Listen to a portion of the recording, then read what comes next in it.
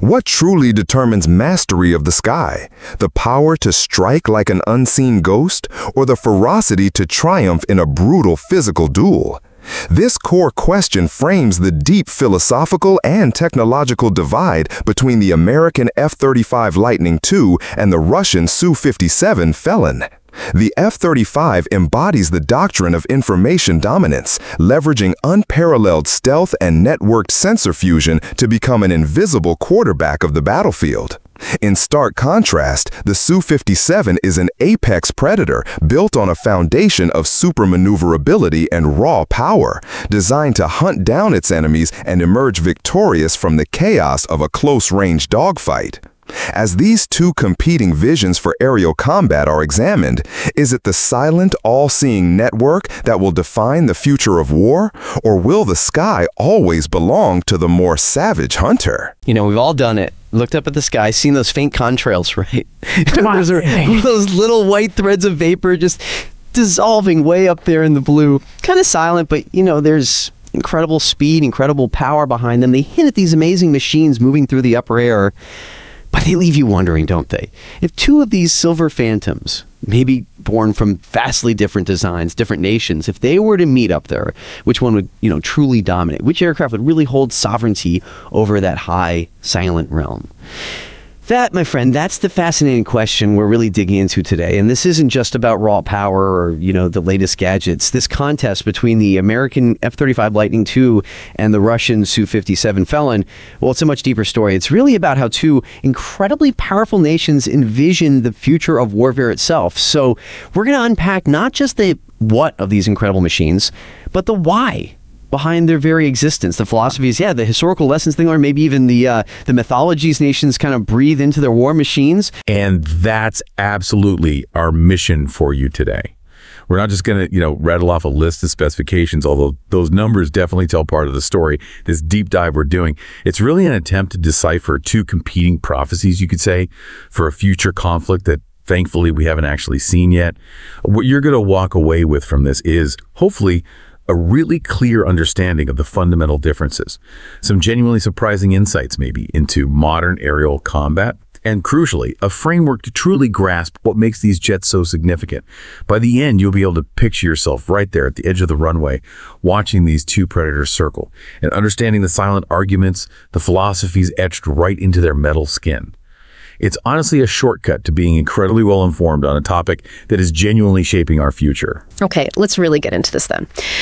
Because what we're talking about here, it's so much more than just clever engineering, isn't it? I mean, think about it. Every single combat aircraft, in a very real way, it's like an argument forged in steel, composites, incredibly complex algorithms. It embodies a nation's core beliefs about how wars are fought, how they're won. It's like a strategic thesis soaring through the sky. And you see this so clearly when we start looking at the F-35 Lightning II. The F-35, often called the U.S.'s most expensive weapons program ever, right? But it's far, far more than just another fighter jet. Honestly, calling it just a fighter completely misses its fundamental purpose. It was conceived from the ground up as a network node, like a flying, almost sentient computer, a crucial eye seamlessly stitched into this vast, interconnected digital tapestry. And in this tapestry, you've got satellites, drones, ships, ground forces. They're not just talking, they're constantly exchanging and processing these huge torrents of data in real time. The F-35's real genius, its primary weapon, if you will, is its information dominance. Right. And what's truly fascinating is seeing how that philosophy, information dominance, networked warfare, directly shapes its most iconic feature, its stealth. Its invisibility isn't just about reducing its radar cross-section, although obviously that's a huge part of it. It's critical. You look at the F-35's physical form, those jarring, almost alien-looking angles, the exceptionally seamless surfaces, that's all very precise, very calculated design. Every line, every joint, every panel gap is meticulously engineered. The goal is to minimize any surface that could reflect radar waves directly back to a hostile radar. And they achieve this through a combination of things. First, sophisticated shape of the aircraft itself is designed to deflect radar energy away from the source. And second, the extensive use of advanced radar absorbent materials, RAM we call it, which literally soak up radar energy instead of bouncing it back. Okay, so it's not just making it appear smaller on a radar screen. It's more fundamental, like distorting how radar even perceives it. Precisely, exactly. To a distant searching radar, a conventional fighter like an F-16 maybe might appear as a large bright blip, a clear, strong return signal. The F-35, using that shaping and RAM combination, is designed to present a return signal that's often compared to something tiny, like a metal golf ball, or maybe even a metal marble. Now, it's not truly invisible, no aircraft is, let's be clear, but its radar signature is so incredibly low and so distorted, it makes the F-35 appear as this fleeting, almost imperceptible phantom on an enemy screen. It can easily be dismissed as just background noise, or maybe a flock of birds, not a threat. So the invisibility is really about blending into that electronic noise, becoming essentially undetectable within the sprawling, interconnected web of hostile perception systems. It's about what it is not, it's simply not there in any meaningful, trackable way for the systems that are looking for it. That makes total sense. And its most potent weapon, you're saying. It's not actually the missiles or bombs tucked away inside. The real power comes from this sheer torrent of data. It just inhales, processes, and then shares across the entire coalition network. And the pilot's experience of all this, oh, it sounds revolutionary. You mentioned no traditional heads-up display. Gone. Completely different paradigm. Instead, the pilot's helmet visor itself becomes the display, creating what you called a synthesized reality, projecting information across their entire view. That's right. So the pilot can, for instance, look down, straight down, right through the floor of their own aircraft. Wow. And see the world below, just as if the machine itself were completely transparent. That's almost like a godlike view, this omniscient perspective. It really is. And this unique God's eye view is largely enabled by something called the Distributed Aperture System, or DAS. It's an incredible piece of tech. Imagine 6 high-resolution infrared cameras. They're embedded directly into the airframe, strategically placed, pointing in literally every direction. Together, they create this seamless 360-degree sphere of vision around the entire aircraft. No blind spots. And this system is always active, always scanning, and it sees everything, all the time, but in the infrared spectrum. Heat signatures. So it could detect the distinct heat bloom of a missile launch hundreds of miles away, track its trajectory, and alert the pilot to that incoming threat long before any radar system could possibly pick it up. It can even see the faint thermal signature from an enemy aircraft's engines, or maybe just the heat generated by its skin friction as it moves through the air. Potentially long before the F-35's own radar could detect it, and certainly before the enemy even knows the F-35 is anywhere nearby. So it's like having this invisible guardian angel constantly watching your back with 360-degree thermal vision. That's a great way to put it. And crucially, this isn't just raw visual data being dumped on the pilot. All of this DAS data is immediately continuously fused, blended, and cross-referenced with information coming from the F-35's own powerful AESA radar. AESA, Active Electronically Scanned Array, right? And those are revolutionary in themselves. Their beam is electronically steered, so they can scan multiple directions almost simultaneously, track loads of targets at once, and operate with a low probability of intercept, which makes them really hard for enemies to even detect that they're being scanned. So you take that AESA data, combine it with the DAS data, and then you add in information streaming in from all the other network DAS sets. AWACS surveillance planes, satellites way up in orbit, ground troops, maybe naval vessels, other F-35s, even older Allied aircraft. The F-35's central computer sifts through terabytes of this stuff, scrubs out the noise, cross-references every single detail, and then presents the pilot with this single, unified, incredibly accurate picture of the entire battlefield. A fused, synthesized reality that's just unmatched. Wow. Okay, so an F-35 pilot, they're not just flying a plane. They really are more like a quarterback, maybe, or a conductor of this symphony of destruction, but one they can see in its entirety while remaining totally invisible to the orchestra they're directing.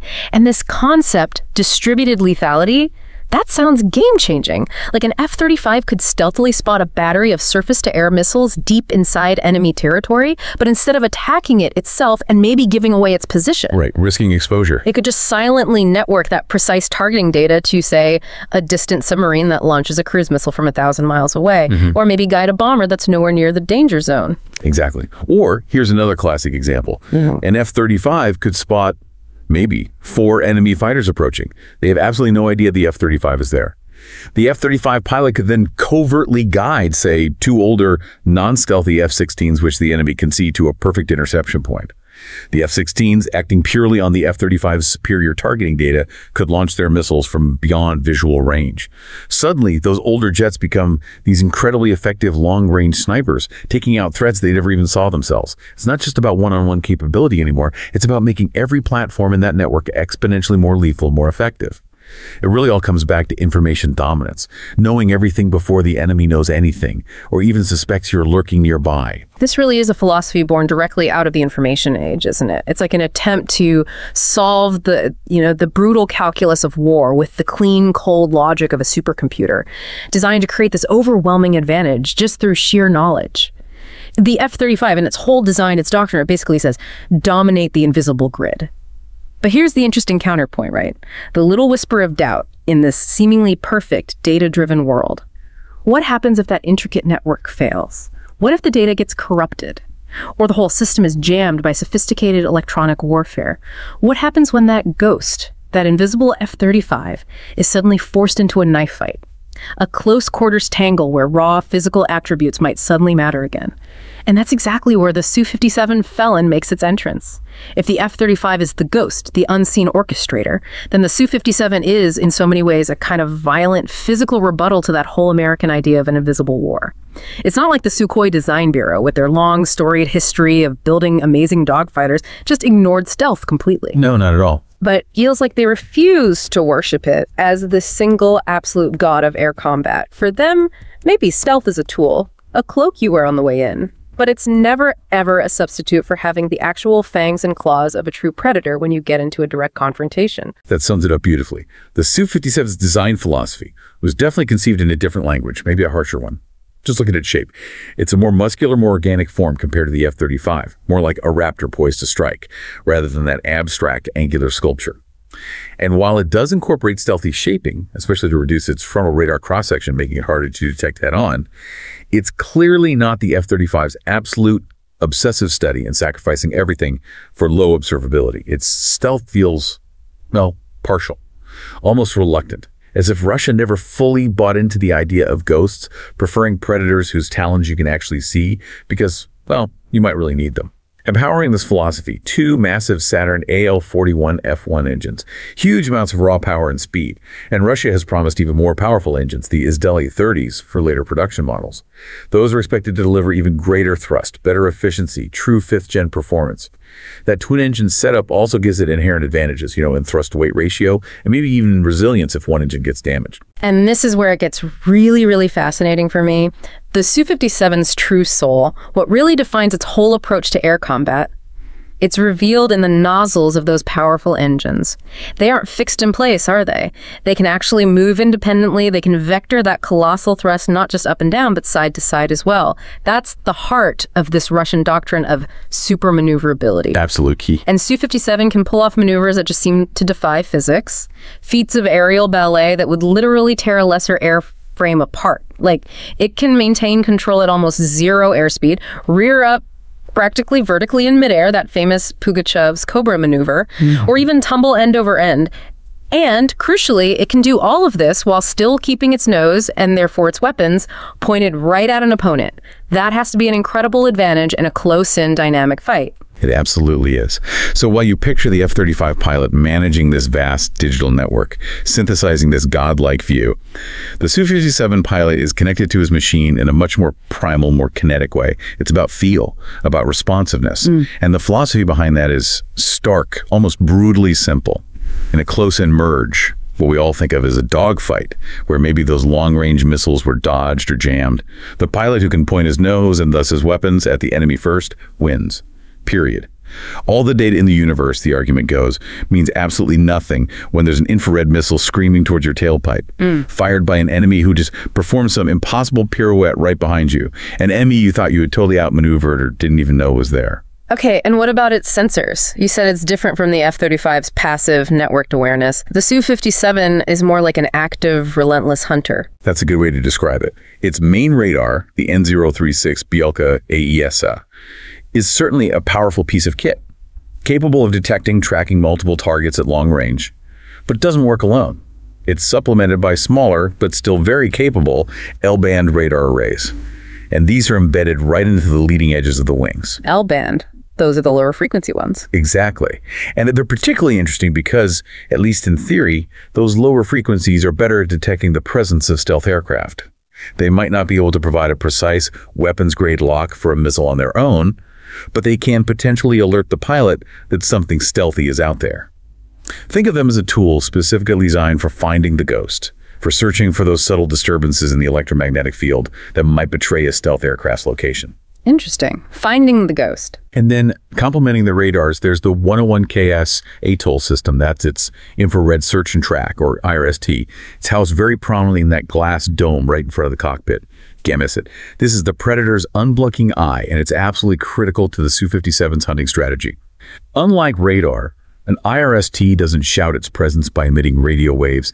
It's passive. It just looks for heat signatures. It's constantly searching for the faint thermal glow from an F-35's engines, maybe the heat from its exhaust plume, or even just the friction heat on its skin as it slices through the air. The Russian philosophy here seems really pragmatic. And look, a stealth fighter, no matter how advanced, is still a physical object. It's moving through the atmosphere. It's generating heat. It must have a heat signature. It has to be findable, especially when you get into that close quarters fight. So the IRST is this critical bet that at some point, inside that lethal bubble of a dogfight, the ghost will cast a thermal shadow. And in that split second, the Su-57, with its agility and its eye rest, will be ready.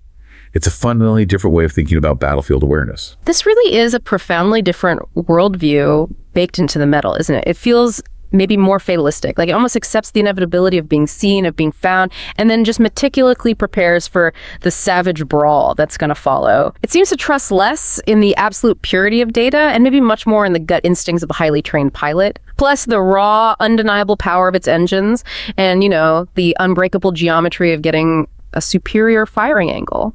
The Su-57, at its very core, seems to say, survive the chaos, kill in the chaos. It really makes you wonder which of these philosophies, the invisible networked ghost or the agile, hard-hitting hunter, will actually define the next war. Okay, let's maybe zoom in a bit on the specific hardware now, because the numbers, the capabilities of these jets, they definitely have their own story to tell, and they really reinforce these core philosophies we've been discussing. Let's look at the anatomy of this potential duel. On one side, we have the F-35 Lightning II, the one we've kind of dubbed the Sniper. It's powered by a single Pratt & Whitney F-135 turbofan engine. That thing delivers, around 43,000 pounds of thrust with afterburner? Immense power. One of the most powerful fighter engines ever built, yes. Makes sense for a multi-role jet carrying potentially heavy loads. And its stealth, as we covered, is absolutely paramount. That radar cross-section is significantly reduced through very precise aerodynamic shaping. Plus those internal weapons bays, which are crucial for avoiding external things hanging off the wings that would reflect radar. Yeah. And the extensive use of those radar-absorbent materials, the RAM, applied all over its skin. That whole combination is what allows it to present that famously tiny radar signature. Makes it incredibly difficult to detect, let alone track and target effectively. And its avionics, as we explored, they're really the central nervous system built around that distributed aperture system, the DAS, and its incredibly advanced, highly integrated sensor fusion capabilities. That's what presents that unified, almost God's eye view to the pilot. Right. And for weapons, to keep that low observability, the F-35 primarily carries its air-to-air missiles, things like the AIM-120 AMRAAM, and its precision-guided bombs, like JDAMs, inside those internal bays. That's key for stealth missions. But it also has external pylons, right? So if stealth isn't the top priority for a particular mission, maybe an airspace where you already have control, it can load up externally and carry a much larger payload. It can basically transform into a pretty formidable bomb truck when needed.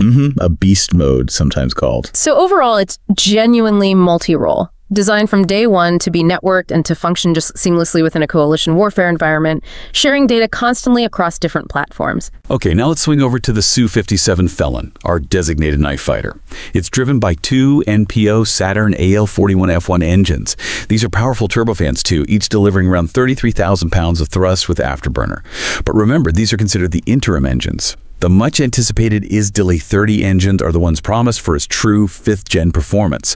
Those are expected to offer even greater thrust, potentially super cruise capability, and significantly better fuel efficiency. We'll see when they fully arrive. Its stealth, as we touched on, it's definitely incorporated, but it's generally seen as less refined, less comprehensive than the F-35's all-aspect stealth. It really seems to emphasize frontal stealth, making it harder to detect head-on, but its side and rear aspects are considered more vulnerable to radar detection. But then, where it truly shines is that kinematic performance. Its super maneuverability, thanks to those crucial thrust vectoring nozzles, allows it to achieve incredible angles of attack, make these rapid, completely unexpected changes in direction.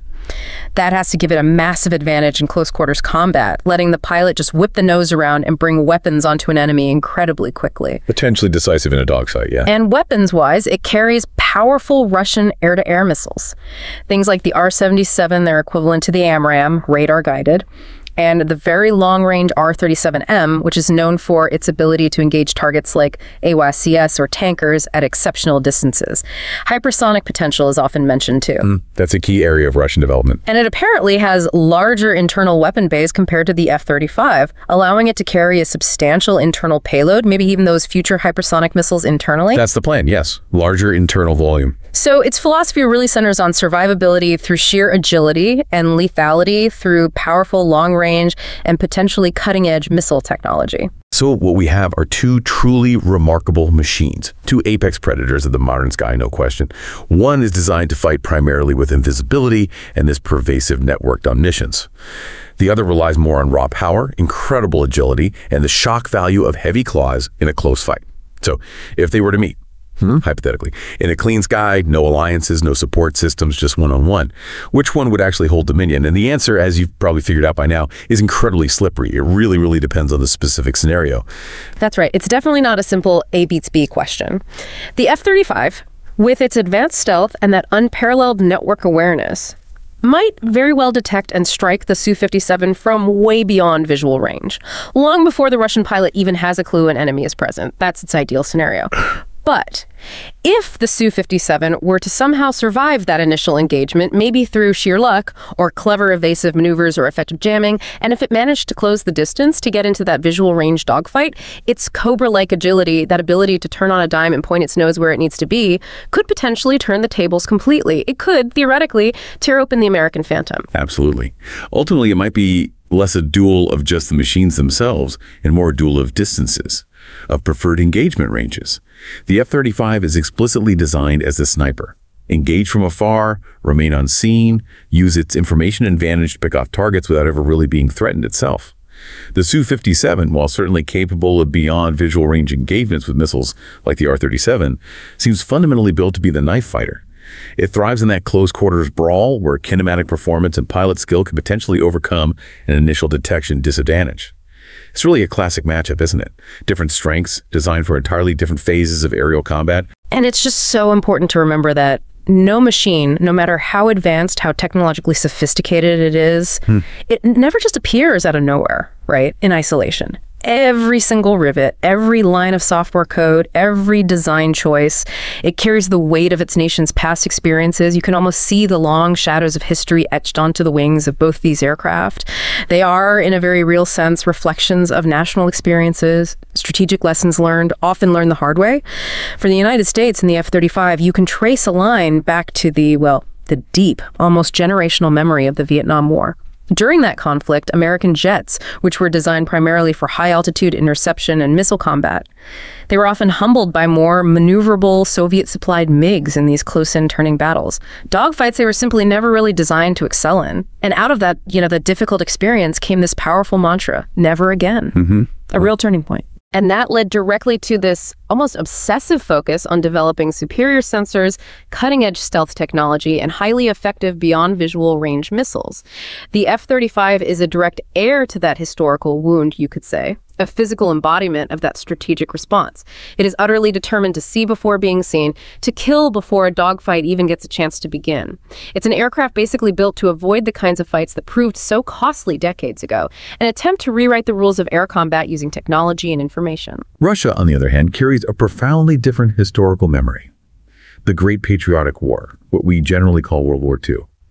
In that absolutely brutal existential conflict for them, survival often depended not on having the most advanced technology or overwhelming numbers necessarily, but on rugged simplicity, on sheer resilience, and on having maneuverable fighters that could claw out victories at desperate odds, often against a technologically superior enemy.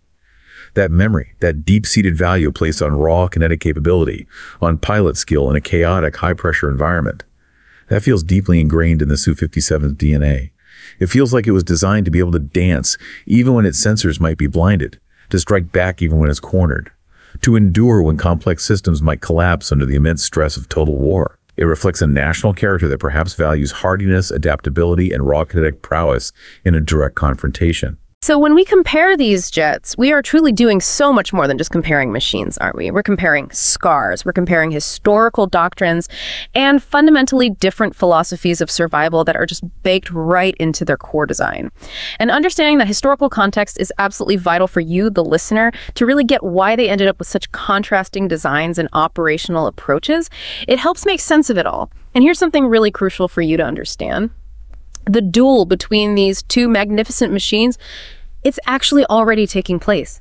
Even though no missiles have been fired in anger between them, the battle is happening right now. In countless complex simulations, in the calculations of generals and strategists, in the silent corridors of defense ministries all around the world, it's a war of perceptions, an invisible battlefield that exists long before any actual kinetic engagement. That's exactly right. As we've talked about, the F-35's greatest weapon isn't really a missile. It is the network. You hear American pilots talk about having this God's eye view, this almost dizzying feeling of seeing the entire battlefield just seamlessly stitched together through those constant high-speed data links. In that kind of world, an enemy like the Su-57 isn't just seen as an enemy aircraft. It becomes almost like a pixel in a vast, overwhelming pattern of information. To fight America now, in many ways, is to fight the swarm of its information, to confront this distributed, seemingly omniscient intelligence. And the F-35's core approach to just understanding the world, its method of perceiving reality in combat, it's truly revolutionary. We touched on this. That sensor fusion is meticulously designed to almost eliminate the pilot's cognitive load. They aren't getting raw radar blips or separate infrared blobs or different data link symbols they have to mentally piece together. Yeah, the gold way. Right. The F-35's central computer, its incredibly powerful brain, does all that work for them. It takes terabytes of data from every sensor, its own radar, DAS, other platforms scrubs it, cross-references it, correlates everything, and then presents a single, unified, incredibly clear, and almost infallible trek file right there on the helmet display. So that green triangle isn't just a possible hostile contact.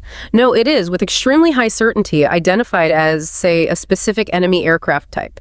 Its identity confirmed by its electronic emissions, maybe its flight path corroborated by a satellite, its presence noted by a friendly ship nearby. The whole system is engineered to provide not just information, but this integrated, almost absolute certainty to the pilot. But, and this is a huge but, this very reliance, this profound trust in a perfectly synthesized computer-generated reality, also introduces a deep and, frankly, quite terrifying potential vulnerability. What happens if the source of that certainty, the incredibly complex software itself, has hidden flaws or bugs? Or, perhaps more worrying, what if the enemy finds a way to feed the system false information? To conduct electronic warfare so subtle, so sophisticated, that it effectively spoofs the F-35's brain. That could turn its celebrated omniscience into a fatal illusion. A digital mirage leading the pilot directly into a trap they can't perceive. This utter dependence on a perfect synthesized reality could, ironically, become its single most profound vulnerability. It's like building the world's most secure vault, but leaving the combination lying around. And that's precisely where the Su-57's counterphilosophy comes in. Its resistance aims at fraying the very fabric of that American information web. Russia's doctrine seems rooted in a more, well, cynical, perhaps more pragmatic belief.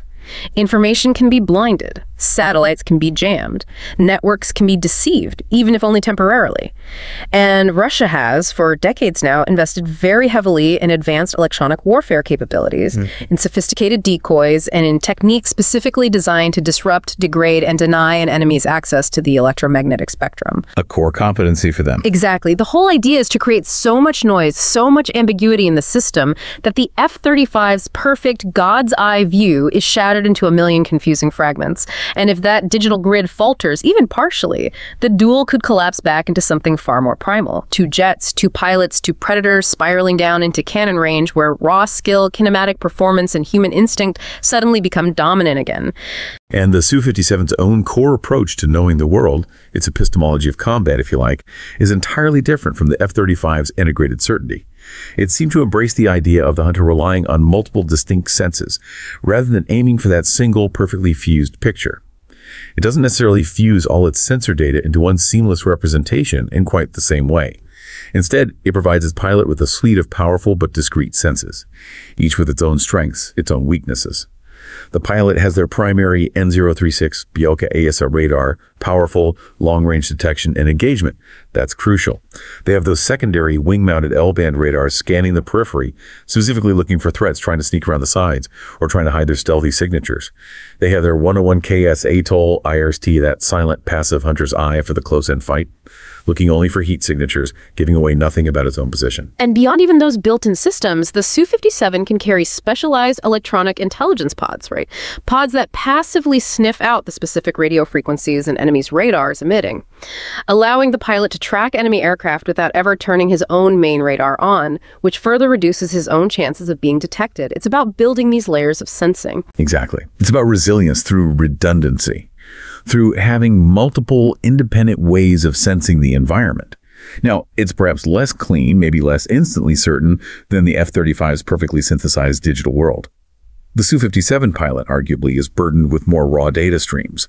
They might be forced to make more of their own judgments, to trust their instincts more, to interpret multiple, sometimes conflicting strongs of information, rather than being effectively spoon-fed a single supposedly infallible truth by the machine. But it's also, arguably, more survivable in a heavily contested electronic warfare environment. If one sense gets deceived, say, the main radar is effectively jammed, the pilot can immediately fall back on another. They can switch focus to the IRIS or rely purely on their electronic intelligence intercepts. The system seems built on a bedrock of redundancy and perhaps a healthy mistrust of any single source of information, however advanced. It's a more cynical, maybe, but potentially more robust way of knowing the world and the chaos of combat. A hedge against the very vulnerabilities inherent in a highly integrated network. So this war of perceptions, it seems likely it will be fought incredibly intensely in the electromagnetic spectrum long, long before any missiles actually leave the rails. A silent, invisible battle of codes and frequencies, of jamming and counter-jamming, deception, stealth, counter-stealth. And this raises an absolutely critical question for the whole future of air power, doesn't it? Will the F-35 seemingly all-seeing network eventually be blinded? Will its perfect certainty be shattered into a million confusing fragments by sophisticated electronic warfare?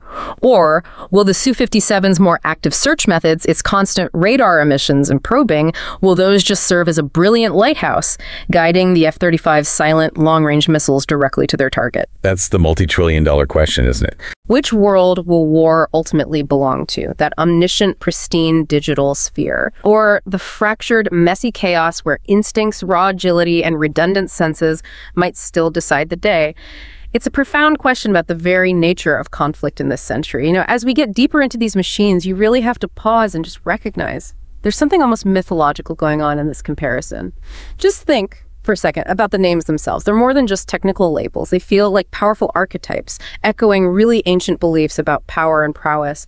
American names its jet the F-35 Lightning II. I mean, that name immediately evokes this sudden, almost divine strike right out of the heavens. It makes you think of the weapon of Zeus, right? The Sky Lord, ruling through distance and thunder, appearing with devastating speed, unseen power. It's a name that really speaks of omnipotence, of control from this unassailable position high above, a force of nature you can't really stop. And then you have the Su-57. Now, Felon is its NATO reporting name, and okay, that certainly carries its own connotations, the outsider, the rogue element. But Russians themselves, they often talk about it differently. They whisper of it as the fighter of the future, maybe a powerful phoenix rising from periods of economic turmoil and global challenge. It seems to embody a very different archetype. More like the outlaw, maybe the trickster figure, the resilient survivor operating right at the edge of civilization's established order. That name, or rather that self-perception, suggests cunning, adaptability, a certain willingness to operate outside the expected rules, to outwit and outmaneuver rather than just overwhelm. These really are archetypes, aren't they? As ancient as war itself, just deeply embedded in our collective imagination. And so when these two aircraft, these representatives of their nation's strategic souls, are pitted against each other, even just conceptually, it feels like it's not only two jets and two different philosophies clashing, it's myth against myth, a fundamental clash of beliefs about dominance versus prowess. It's the divine strike versus the cunning survivor.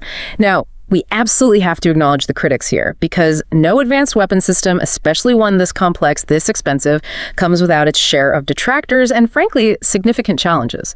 Critics of the F-35, for instance, they are very vocal, and they raise some serious points. They argue it's bloated, that it's just far too expensive, potentially trillions of dollars over its entire lifetime, and maybe even too compromised by trying to be all things to all services, Air Force, Navy, Marines, trying to satisfy everyone. The classic multi-role dilemma. Exactly. They point to persistent software bugs that have really plagued its development, stories of maintenance nightmares that have kept aircraft grounded, even early issues with the helmet display that, in some conditions, reportedly caused disorientation for pilots.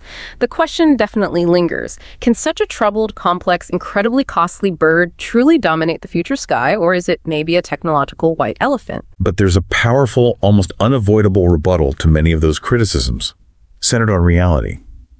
War, at the end of the day, isn't usually won by theoretical perfection. It's often won by sufficiency at scale, by having enough of a capable system when and where you actually need it. And the F-35 isn't just being produced in small numbers. As we speak, over 1,000 F-35s are flying globally.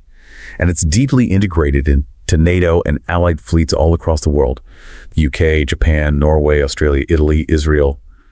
The list goes on. It's undergoing continuous upgrades. New software blocks, hardware improvements are constantly being developed and rolled out. There's this vast, intricate, mind-bogglingly expensive global supply chain just to keep these aircraft flying. Spare parts, training infrastructure, maintenance depots. The F-35 isn't just an aircraft anymore. It's become a massive industrial and geopolitical ecosystem, a deeply entrenched program. Its problems are absolutely immense, yes, and they're well documented. But so is the sheer momentum behind it. It has, for better or for worse, almost become too big to fail strategically for the U.S. and its key allies. Quantity, when fused with that level of quality, even if it's imperfect quality, eventually becomes a kind of overwhelming inevitability. Its greatest strategic advantage might not even be its stealth or its sensors anymore, but simply its ubiquity and the sheer scale of its global integration. Okay, that's a strong point. On the other side, critics of the Su-57, they're quick to point out its significant development delays. It took a long time to get into service. Its relatively tiny production numbers to date are also a major factor. And as we've discussed, those questionable stealth capabilities, especially when you compare it directly to the F-35. A few dozen planes, they argue, realistically cannot shift the global balance of power against a juggernaut like the F-35 program, which is deploying hundreds, potentially thousands of jets. Yet again, there's a rebuttal that rises from the Russian strategic perspective. Russia, historically, has rarely sought true numerical parity with the West, especially in high-end systems. Its strategic doctrine often focuses more on deterrence, on achieving symbolic potency, and critically, on developing the ability to ambush to inflict disproportionate costs on a more numerous adversary. One Su-57 perhaps, in the right place, at the right time, using its unique kinematic capabilities, its sensor suite. It might just shatter complacency in a way that no spreadsheet analysis can ever truly capture. It represents a potent, high-end threat that absolutely requires significant investment and attention to counter effectively. However, this also runs smack into a very harsh strategic reality. The Su-57 is essentially a boutique creation, a magnificent machine, no doubt, but one crafted by a nation operating under immense economic and political pressures. Sanctions have bitten deep, clearly hindering Russia's access to the kind of advanced microelectronics and specialized components that are the absolute lifeblood of a modern fifth-generation fighter. And as a result, production has been painfully slow, almost glacial. So while America and its allies are counting their fifth-generation fleets in the many hundreds, Russia is counting its operational Su-57s in the very low dozens, maybe a few score at most. There's no vast network of allied users buying and operating it, no global logistics train keeping it supplied. Each individual Su-57 is this precious, almost artisanal asset rather than a mass-produced, globally integrated weapon system like the F-35. So we're kind of left with this ultimate arbitrator, aren't we? This final, deeply complex question. Does it truly matter in the grand strategic scheme of things? If the Su-57 is, maybe, in a hypothetical one-on-one dogfight, the more capable kinematic machine, does its clever suite of layered sensors give it a fighting chance against a lone F-35 in certain scenarios? Perhaps, maybe. But war, as history just relentlessly reminds us, is almost never a series of chivalrous one-on-one duels. It's usually a grinding, remorseless affair. Logistics, industrial capacity, attrition rates, these are often the deciding factors. The unglamorous side of conflict. Exactly. The next major conflict might not be decided by which individual aircraft is theoretically superior in a vacuum, but perhaps by the brutal fact that for every one Su-57 that manages to take to the sky, there might be 10 or 20 or even 30 F-35s waiting for it. Each one just another node in that vast interconnected web from which there might be no real escape. I mean, the most brilliant hunter in the world is still ultimately doomed if the forest itself becomes the trap, right? A sobering thought. This debate feels truly endless. Each side is like a mirror, perfectly reflecting the other's strengths, but also profoundly reflecting the other's inherent weaknesses. Okay, let's try something a little different. Imagine just for a moment that you are actually there, in the cockpit. The canopy arcs high above your head, this transparent bubble connecting you to the immense vastness outside. The earth drops away beneath you, shrinking rapidly into this incredibly detailed map of forests, rivers, maybe cities glowing faintly. Ahead, the horizon burns orange as the sun sets, a fiery line separating the deep blue earth from the darkening sky. And somewhere out there in that blazing distance, another machine rises. A fleeting shadow, a potential threat, an unknown. Now, if you are strapped into the F-35, your helmet visor floods with information. Symbols bloom instantly across your entire field of view, crisp, clear, decisive. A target appears marked, identified, prioritized by the system long before you could ever hope to spot it with your own naked eyes. Your pulse is steady. You feel a sense of control. You know, or at least you believe, you will strike unseen. A ghost in the machine. An invisible hand guiding destruction from afar. That vast network, that whole digital tapestry we talked about, it's your ally, it's your weapon. It provides you with a certainty that almost borders on prescience. You have the ultimate information advantage. But what if you are in the Su-57 instead? Your aircraft thrums beneath you with this raw responsiveness. You feel the powerful engines vibrating through your seat. The jet feels like a direct extension of your own will. You know the American jet, the F-35, likely has the first look. It probably sees you somewhere out there on its magical display. But you believe in your agility. You believe in the raw power and the incredible reach of your missiles. You believe in your ability to break through that unseen web of information, to force a close quarters fight where your skills matter. You feel the jet almost as an extension of your own nervous system. A talon, a winged blade, ready for that direct, kinetic, violent dance. You know you might be seen first, but you are absolutely prepared to outmaneuver, outfight, and overpower your opponent when the moment comes. So as you stand at that threshold, having heard these two competing prophecies, these two different ways of fighting, which cockpit would you choose? The unseen orchestrator of a vast digital battle relying on information and stealth, or the agile, defiant predator ready for a physical, visceral challenge, trusting in kinematics and instinct? It really forces you to think about what kind of fight you believe the future holds. Because here, I think, is the deeper truth we've been circling around. This whole duel isn't ultimately just about two specific jets or even about two competing nations. It's really about two entirely different visions of tomorrow, two fundamental competing beliefs about what future warfare will actually look like and how it will ultimately be won. The F-35's vision, it's a world where war becomes a system, a complex, interconnected cloud of information, a seamless web of allies, sensors, satellites, all operating almost as one single entity. It's a vision of war fought primarily in the digital realm, with physical manifestations, the kinetic effects being largely decided by who has superior information and can act on it first. And the Su-57's vision, it's a world where war, despite all the incredible technology, ultimately remains elemental. Primal, almost. A world where survival, surprise, raw physical prowess, combined crucially with a pilot's skill and intuition, still decide the outcome in a reality that might be fractured, chaotic, and unpredictable. But the future is, as it always is, completely undecided. Networks, for all their incredible power and promise, can fail. They can be disrupted. And even the most exceptional agility, the most brilliant pilot, can still be trapped and overwhelmed within a larger, more comprehensive network system. Both of these magnificent machines, in their brilliant designs and also in their inherent compromises, they really reveal our own profound uncertainty about the wars yet to come. Will future battlefields be silenced by invisible ghosts, eliminating contact entirely at range? Or will they be reignited by ferocious close-quarter duels where the old gods of air combat energy, angle, pilot skill still hold ultimate sway? We really do stand on a threshold, don't we?